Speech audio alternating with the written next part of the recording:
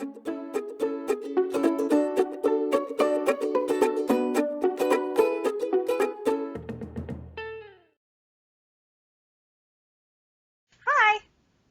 Hey, it's the Quirky Book Sirens, this is episode 3. and this is Jayme Beddingfield. I said it right, right? Yes, you did. Hi. She's the author of The Highly Capable, and it was recently released by Booktrope, and she's joining us to discuss kick-ass female heroines in various books and genres. Yeah. So we're going to first off start talking about some of the books that we've read and some of the heroines we like and kind of what we like about what makes them strong. Obviously, like we were talking about, like Harry Potter, Hermione Granger. She's kind of like an obvious one, and Katniss Everdeen from the Hunger Games. Katniss was the first one that popped in my head when we were talking about the theme because, I mean, her with that crossbow is just seriously Very awesome. intimidating. Yes. So like that's what makes her strength. She's physically strong. She has endurance. She's good with the crossbow. She has compassion. Yeah. She does, yeah. Well, and she has so much fight behind, like, she has so much bite to back up, like, her attitude and her way. Like, she's tough. Life has made her tough, so she's awesome. Mm-hmm. Yeah, definitely. I could hang out with her. I'd be a little scared, though. Did you see, there's a woman named Whitney Avalon. She does these rap battles, and she just did one with Hermione Granger and Katniss Everdeen. No, I haven't seen that. You should totally watch it. It's awesome. It sounds awesome. I'll send you the link. I love her. I love Awesome. her like rap battles. But and Hermione, she's intelligent. She's quick. Sheila, you were saying she was. Yeah, she saves the day. Yeah, she does. Well, she's always saving the boys, isn't she? And she's the most resourceful character of them all. I mean, I think she's got the best right hook in that one scene. You know. Yeah. She can take them all. And she's the only one that seems to know spells most of the time. Yeah, she's smart. It's true. She seems to be able to stay the most level-headed while everybody else is just like, what do we do? And she's like, well, this, obviously. Yeah, she's definitely awesome. She's one of my favorites. So do you guys have any books that you want, Sheila, you want to start off with a book that you were thinking about? Yeah, I mean, I'll start with, I think a lot of people will know of the story, but they probably, it's not, popular at this moment. It was like popular in the 90s more so. But it's The Joylet Club by Amy Tan. I love this story. It's basically about 8 women and their mothers and daughters, and the mothers all come from like these tragic Chinese lives that they left, and the daughters come try to figure out their own identity, while at the same time they start to learn about their mother's identity, and through their mother's identity they learn about their own identity, and they become stronger women as a result of their mother's sacrifices. And so for me, I think the bondship between mother and daughter and the sacrifices the mothers makes for their families, one mother kills herself so that her daughter can be more privileged in a household and not seen as like the concubine's daughter type of thing. It's just, I think it's remarkable, what they do. The maternal love, I think, is really strong. And I think that's a really big one. Quite a theme. Yeah. Yeah. Kick-ass woman, Mm-hmm. I saw the movie. I never read the book. Yeah. I haven't done either, honestly. Oh, really? I gotta pick it up. It's really good. I like it a lot. It was awesome. I had one. Here.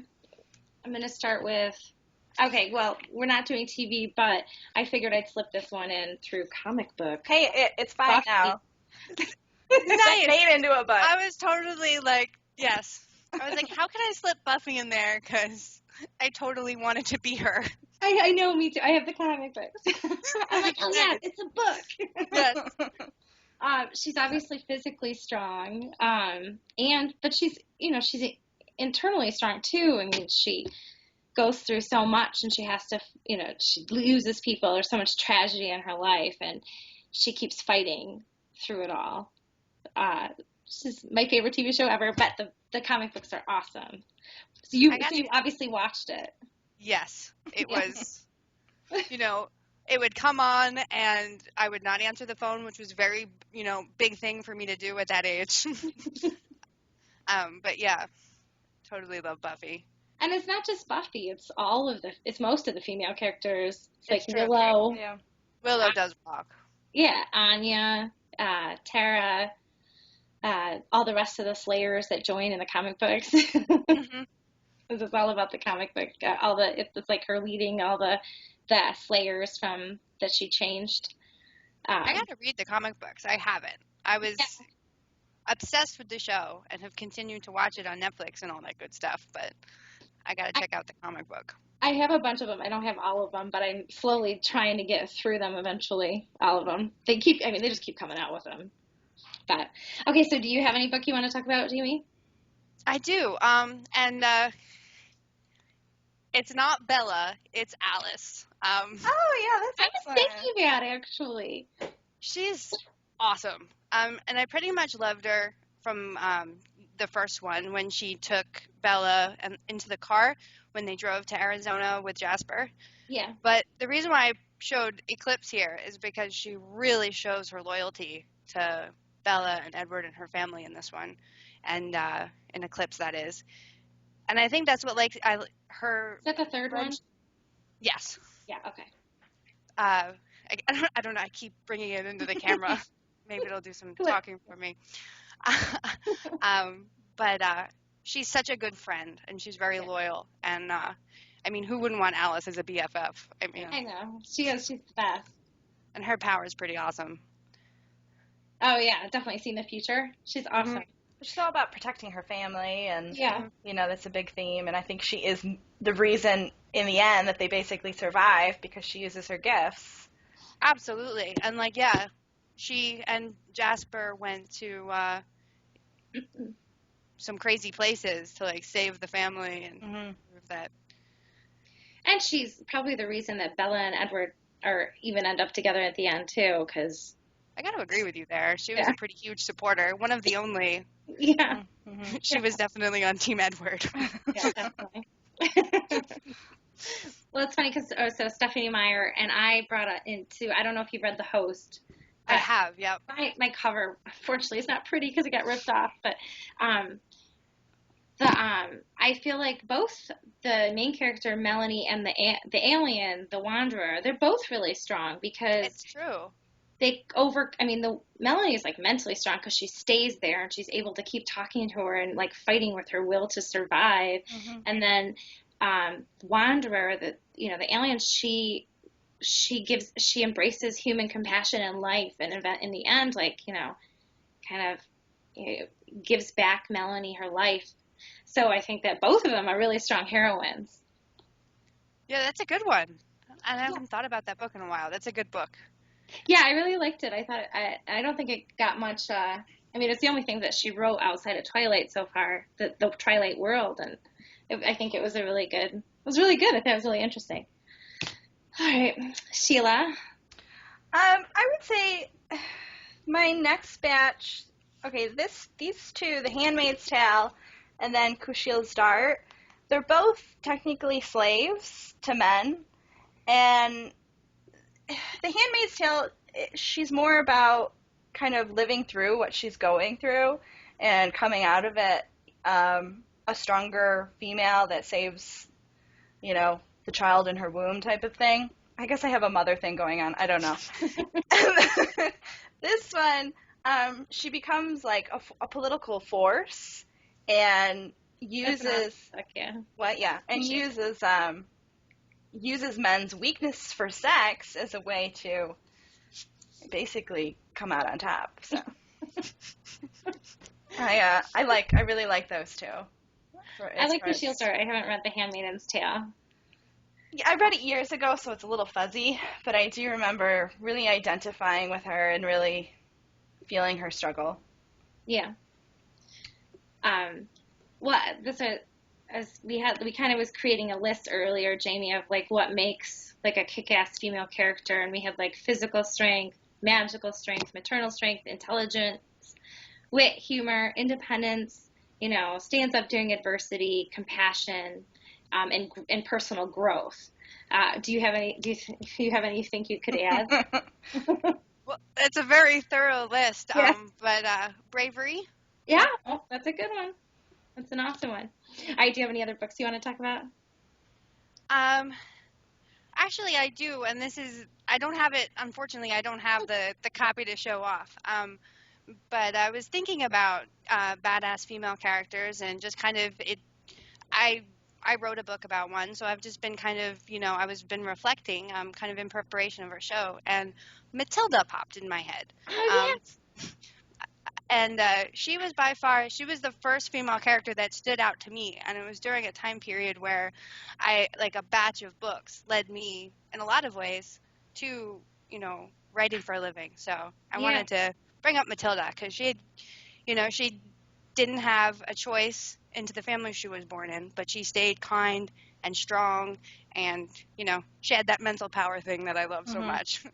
I actually just watched that with my son, my young son.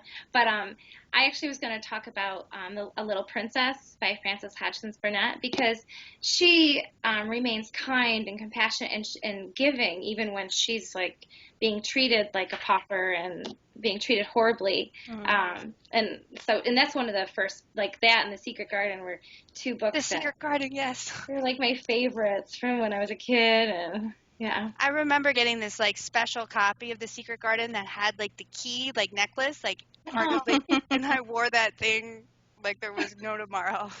I got a nice hardcover copy of The Secret Garden a few years ago as a present, and I reread it because I'm like, oh, I love this book. That's a great book. All right, so you're talking about that you're a writer and I'm a writer, and we both like to write, I think, kick-ass female characters. So tell us a little bit about your main character in your new book. So my main character is Ruby, and she has telekinesis. She's always had it, and for the most part has kept it to herself. And when she was a teenager, early teen, around 13, she became homeless and met a group of other superpowered teens, and together they kind of figured out a way to survive by using their powers, to steal and that kind of thing. And where we pick up in the story is Ruby has been at it for a few years, and she's starting to really struggle with who she's become, as far as, she's thinking of herself as, one of the bad guys, part of the problem. So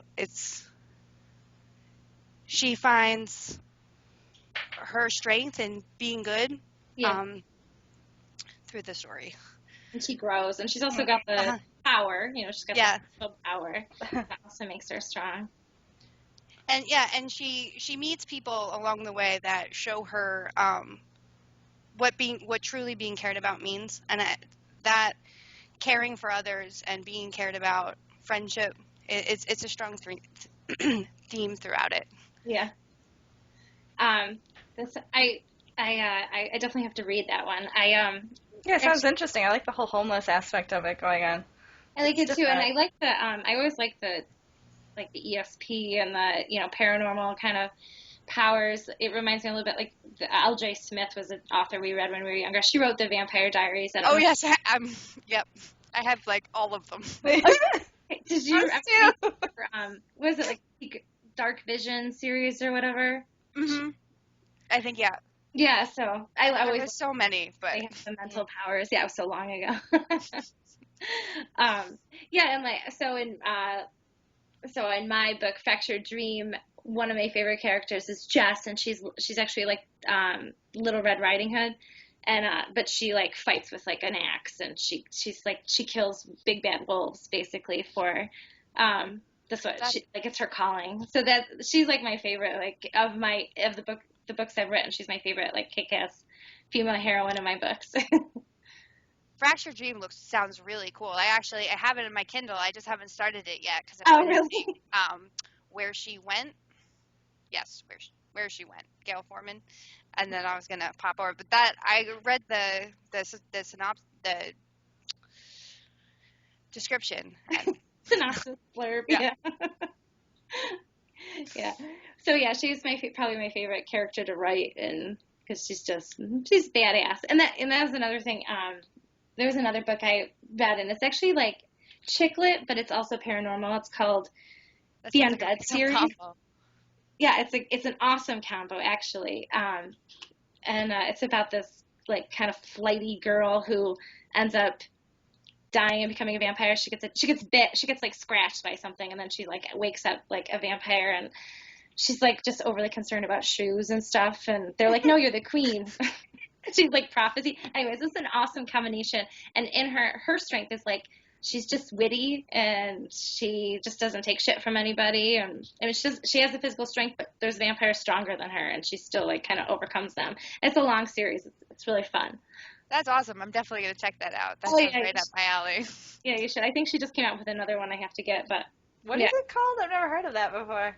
it's called the Undead series. It's I forget the name of which one is the first one because they're all like.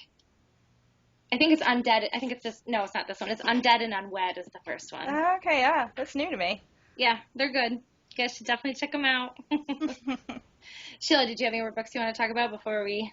Well, the only one I'm going to talk about real quick is because I love her. She is my favorite author of all time, is Juliet Miller.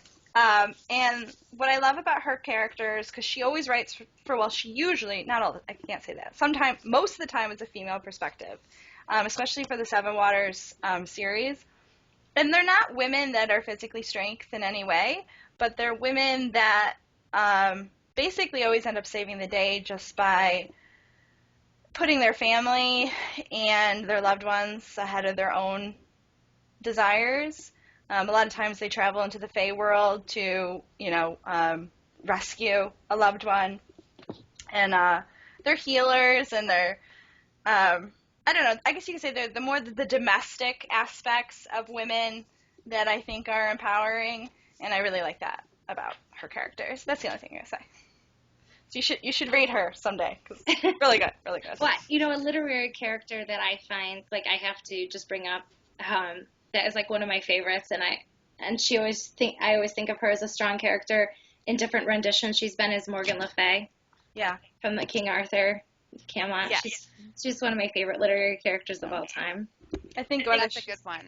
Yeah. Whether she's evil or she's good, whatever her depiction, she's always a very strong, kick-ass female. Yeah, she's just awesome. Do you have any literary characters, guys, that you really like?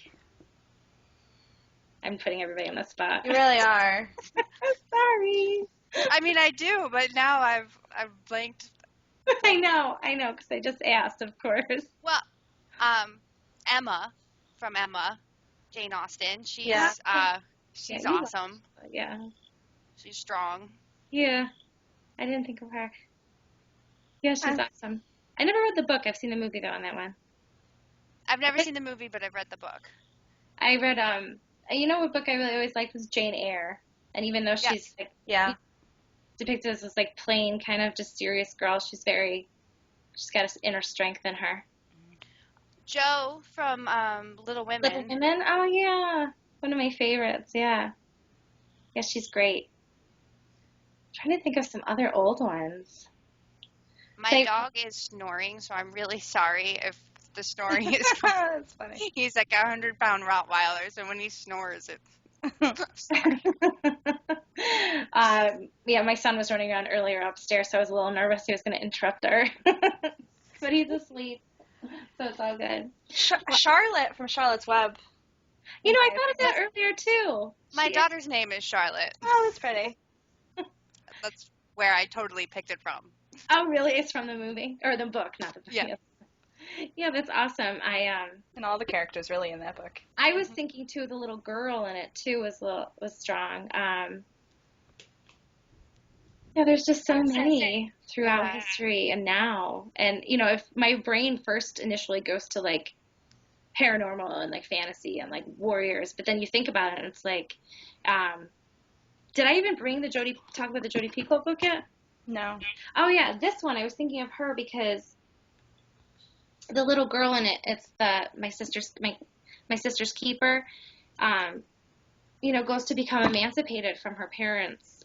She was like basically born to be like a donor for her sister who has leukemia, and she's been in and out of hospitals her whole life. And then that book is incredible. Yeah, so I was thinking of her because I actually have a friend whose fighting cancer right now, and it made me think like, oh, it's not. I gotta get out of this whole just warrior mentality. It's people that are fighting.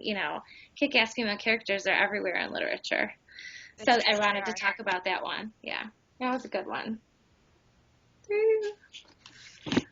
Anyways, well, thank you for joining us, Jayme. It was awesome talking to you. Thank you so much for having me on, and it was awesome talking to you guys. Yeah, it was fun talking about the kick-ass female characters. Mm-hmm. We'll have like a dozen more after the show's over with. Oh yeah, no, this is gonna be like an ongoing thing. I'm gonna wake up and like. I'm gonna IM you and be like, I just thought of one. Yes. We can always do a part 2 if we need to. Thank you. Yep. Thank you. Is your book for sale yet?